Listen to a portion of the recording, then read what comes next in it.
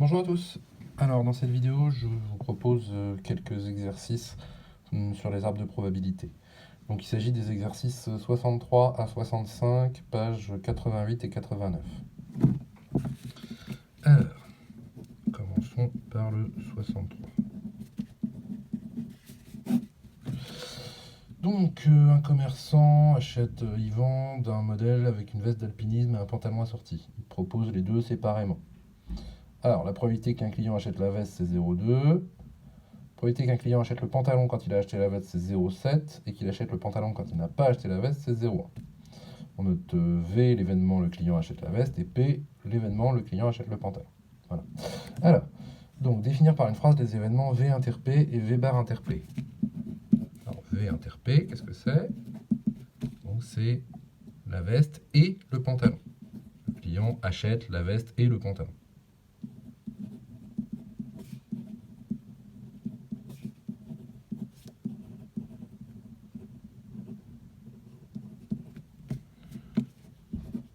V bar inter P, bien ça qui me demande, oui. Donc c'est l'événement, le client n'achète pas la veste,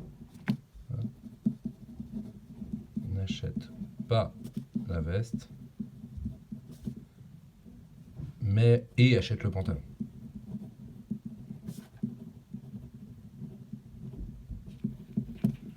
Voilà. Donc, alors, déterminer P de... donc, on me demande la probabilité de P sachant V. Alors, qu'est-ce que c'est que ça?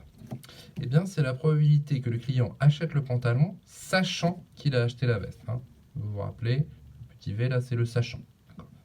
Sachant que le client a acheté la veste, à condition qu'il ait acheté la veste, la probabilité qu'il achète le pantalon, c'est quoi? Eh bien, c'est donné dans l'énoncé. Donc, c'est quand il a acheté la veste, la probabilité qu'il achète le pantalon, c'est 0,7. La probabilité à présent de P sachant V bar. Donc la probabilité qu'il achète le pantalon sachant qu'il n'a pas acheté la veste, eh bien, ça va être aussi donné dans l'énoncé, c'est 0,1. Alors, P de V inter P et P de V bar inter P. Donc ça, c'est les deux événements qui sont calculés là. Alors, pour calculer ça, le plus simple, c'est, comme nous indique l'énoncé, de faire un arbre de probabilité. Voilà. Donc, qu'est-ce qu'il faut... par quoi je commence? Par V ou par P? Alors, en fait, l'idée, c'est l'énoncé vous le dit, c'est que vous avez, s'il achète la veste, la probabilité qu'il achète le pantalon. Donc, vous pouvez mettre des probabilités conditionnelles sachant V ou sachant V bar. D'accord? C'est la première condition, c'est est-ce qu'il achète la veste? Est-ce qu'il achète ou est-ce qu'il n'achète pas la veste? Ça détermine s'il achète ou s'il n'achète pas le pantalon. Ça détermine au moins les probabilités. Donc, il faut commencer par V.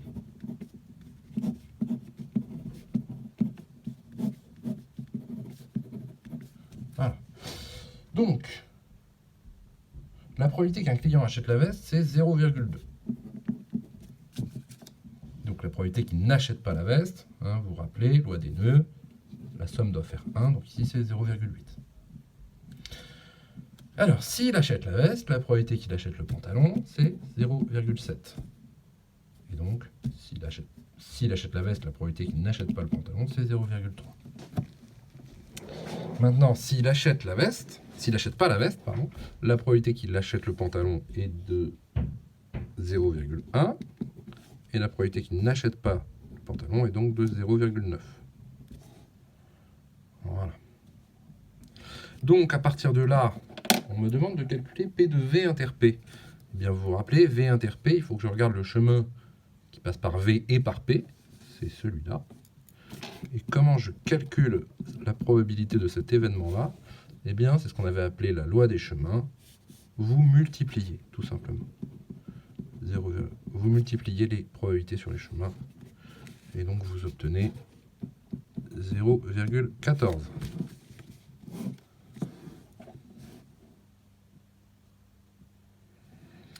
Et ensuite,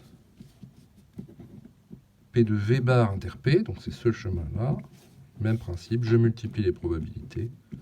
0,8 fois 0,1, j'obtiens 0,08.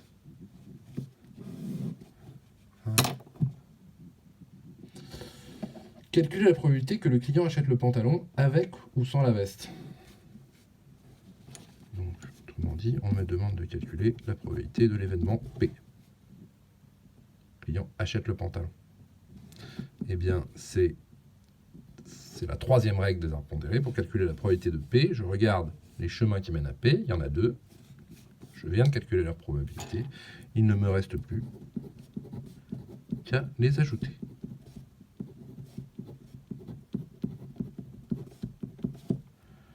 Ça fait donc 0,14 plus 0,08, c'est-à-dire, je vais en bas, P de P égale 0,22.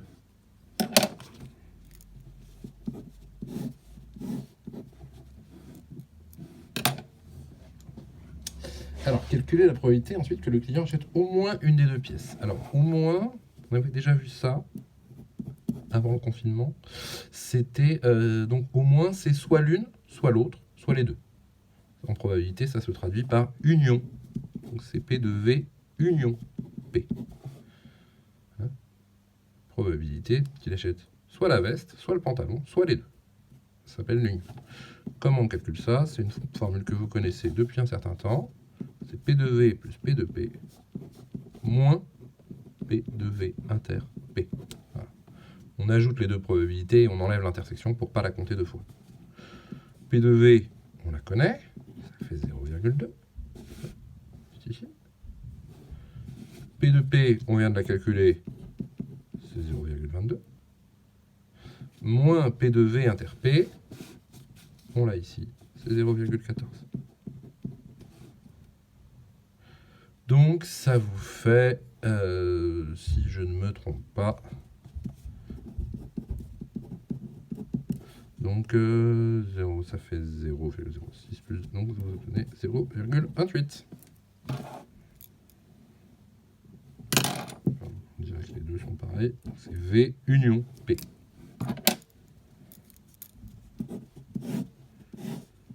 Voilà.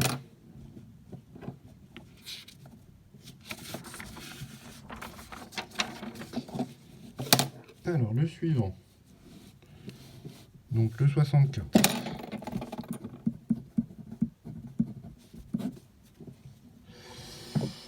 Alors, sociétés pharmaceutiques qui produisent de très grandes quantités des comprimés qui doivent être conformes si la masse en grammes est entre 1,2 et 1,3. On sait que la probabilité qu'un comprimé pris au hasard soit conforme, c'est 0,98. Ça, c'est des tests statistiques qui le montrent. On contrôle chaque comprimé. Et donc, un comprimé conforme est accepté avec une probabilité de 0,98. Toujours une petite probabilité d'erreur. Un comprimé non conforme est refusé avec une probabilité de 0,99. On prend au hasard un comprimé dans la production. On note A, l'événement, le comprimé est conforme, et B, l'événement, le comprimé est refusé. Alors, donc, déterminer... Alors, on peut peut-être commencer cette fois par l'arbre de probabilité.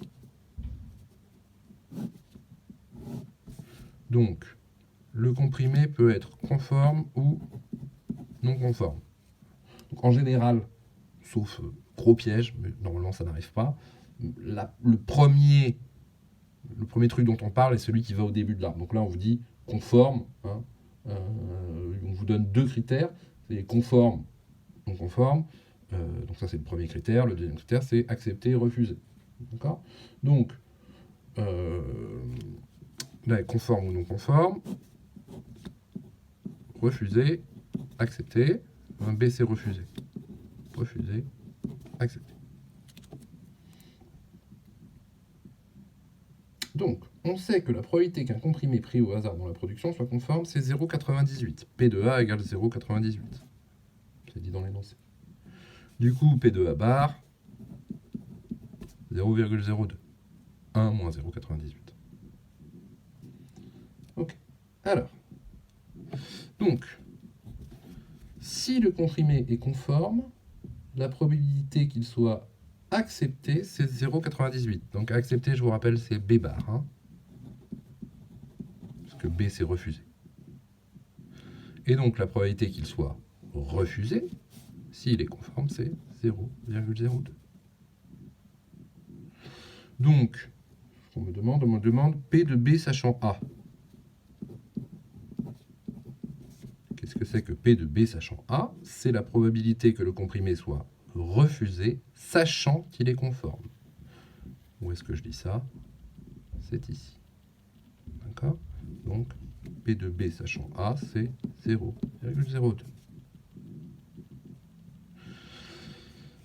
D'accord? La probabilité qu'un comprimé soit refusé, sachant qu'il est conforme, c'est 0,02. Ensuite, on me demande P de A inter B. On ne me demande pas d'autres probabilités conditionnelles. P de A inter B. Alors, comment peut-on le calculer? Eh bien, c'est à peu près la même chose. P de A inter B, vous le calculez ici. Oui, vous le calculez ici, donc c'est 0,98. P de A inter B, c'est donc 0,98. Ah, bon, je vais l'écrire ici. P de A inter B, c'est donc 0,98 fois 0,02. Ce qui donne... Je ne vais pas prendre le risque de me tromper en direct.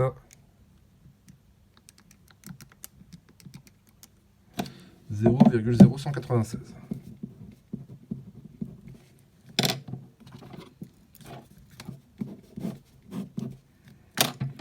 Voilà. Alors, ensuite, P de B inter A bar. Donc B inter A bar ou A bar inter B, c'est la même chose. Hein. Donc voilà, c'est ce chemin-là. Alors, il faut d'abord compléter l'arbre de probabilité. Si le comprimé est non conforme, il est refusé, on dit B, avec une probabilité de 0,99. Donc il est accepté avec une probabilité de 0,01. P de A bar inter B, ça vaut donc 0,02 fois 0,99. Et ça doit faire 0,0198, je pense.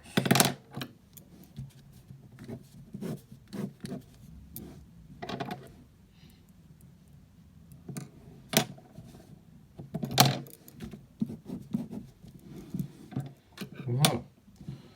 Ça, c'était la question petit 1. La question petit 2, petit a, quelle est la probabilité que le comprimé soit refusé? Donc, autrement dit, calculer la probabilité de l'événement B. Eh bien, il y a deux chemins qui mènent à B, celui-là et celui-là. Je viens de calculer les probabilités de ces deux chemins. P de B, c'est donc P de A inter B plus P de A bar inter B. Ce qui vous fait 0,0196 plus 0,0198.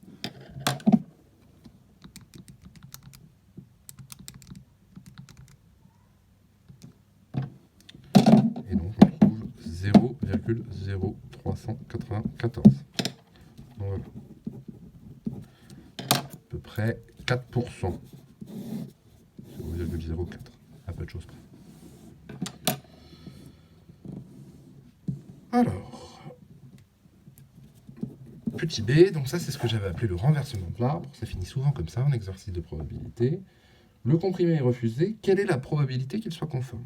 Autrement dit, ici, on vous demande la probabilité que le comprimé soit conforme, sachant qu'il est refusé. On sait qu'il est refusé, puisque l'énoncé nous dit le comprimé est refusé. Quelle est la probabilité qu'il soit conforme? Eh bien, c'est-à-dire qu'on vous demande de calculer la probabilité qu'il soit conforme, sachant qu'il est refusé. P de A, sachant B. Eh bien, on a une formule dans le cours pour ça. C'est P de A inter B divisé par P de B. P de A inter B, vous l'avez déjà calculé. C'est 0,0196. P de B, vous l'avez calculé, 0,0394. Et donc,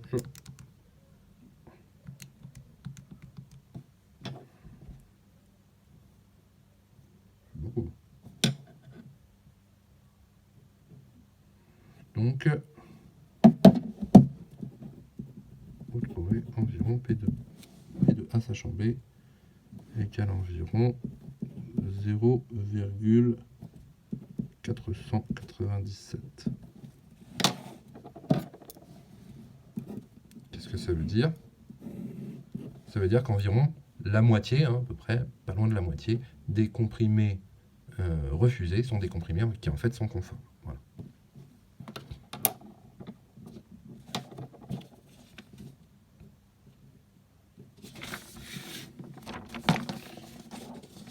Voilà. Dernier exercice sur les arbres.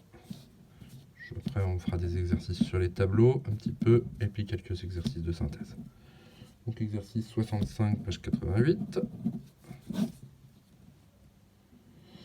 Alors, dans un pays d'Afrique, 15% de la population est atteinte par le virus du sida. Dépistage avec un test biologique qui doit être négatif si le sujet est sain et positif si le sujet est contaminé. On choisit un sujet au hasard.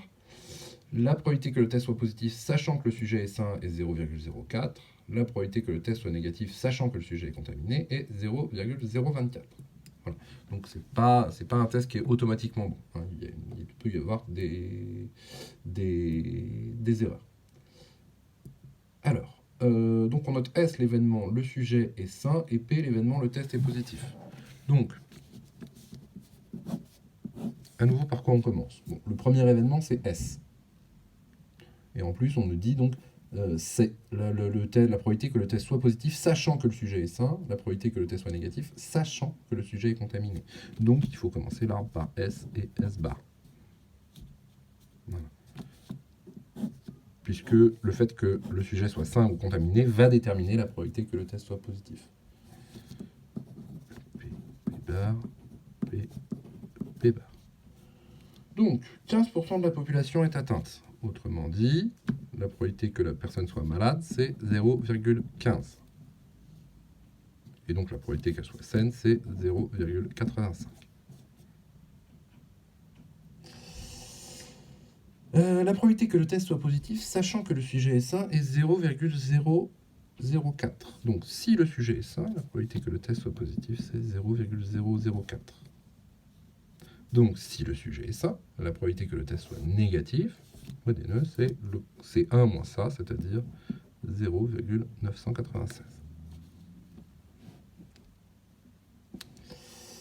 La probabilité que le test soit négatif, sachant que le sujet est contaminé, est 0,024.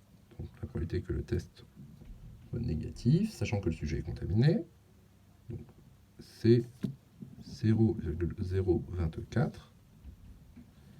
Et donc la probabilité que ça soit positif, c'est 1 moins ça, c'est-à-dire 0,976. Voilà. Alors, déterminer P de S et P de S inter P. P de S, c'est ça, c'est 0,85.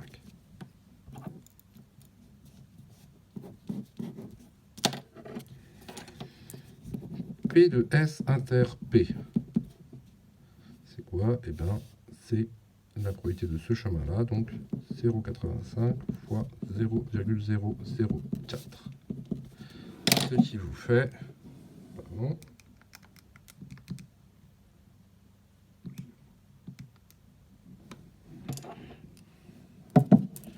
« 0,0034. Alors c'est quoi S inter P? C'est la probabilité que le sujet soit sain et le test soit positif. Hein, ça c'est sujet sain et test positif. Voilà, donc la probabilité de voir que le sujet soit sain et que le test soit positif, c'est 0,0034. Définir par une phrase l'événement S bar inter P bar et calculer sa probabilité. Non, j'ai pas oublié de question. Alors, S bar inter P bar, qu'est-ce que c'est? C'est sujet malade, S bar, et test négatif.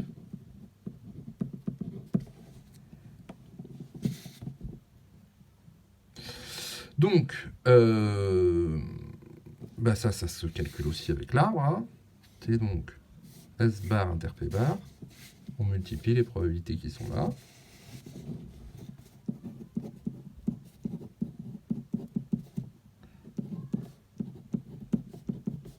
0,15 fois 0,024. Ce qui vous fait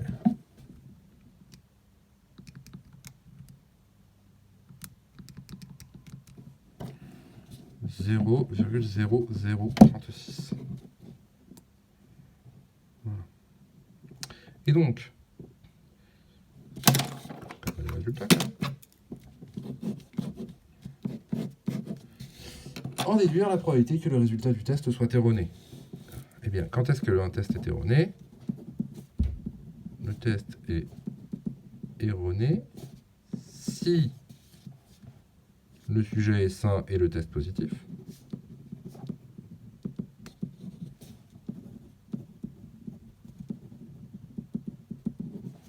Ou si le sujet est malade et le test négatif.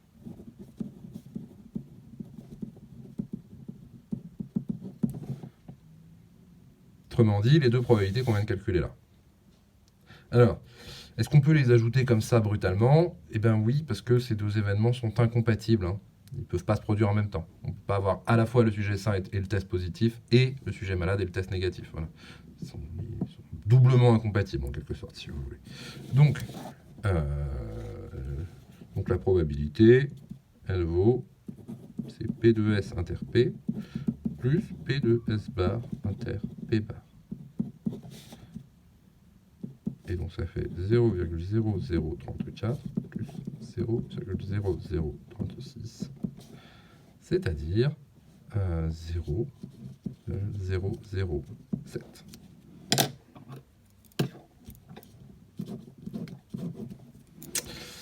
Voilà, bon, je vous envoie ce soir une vidéo sur les tableaux. Merci beaucoup.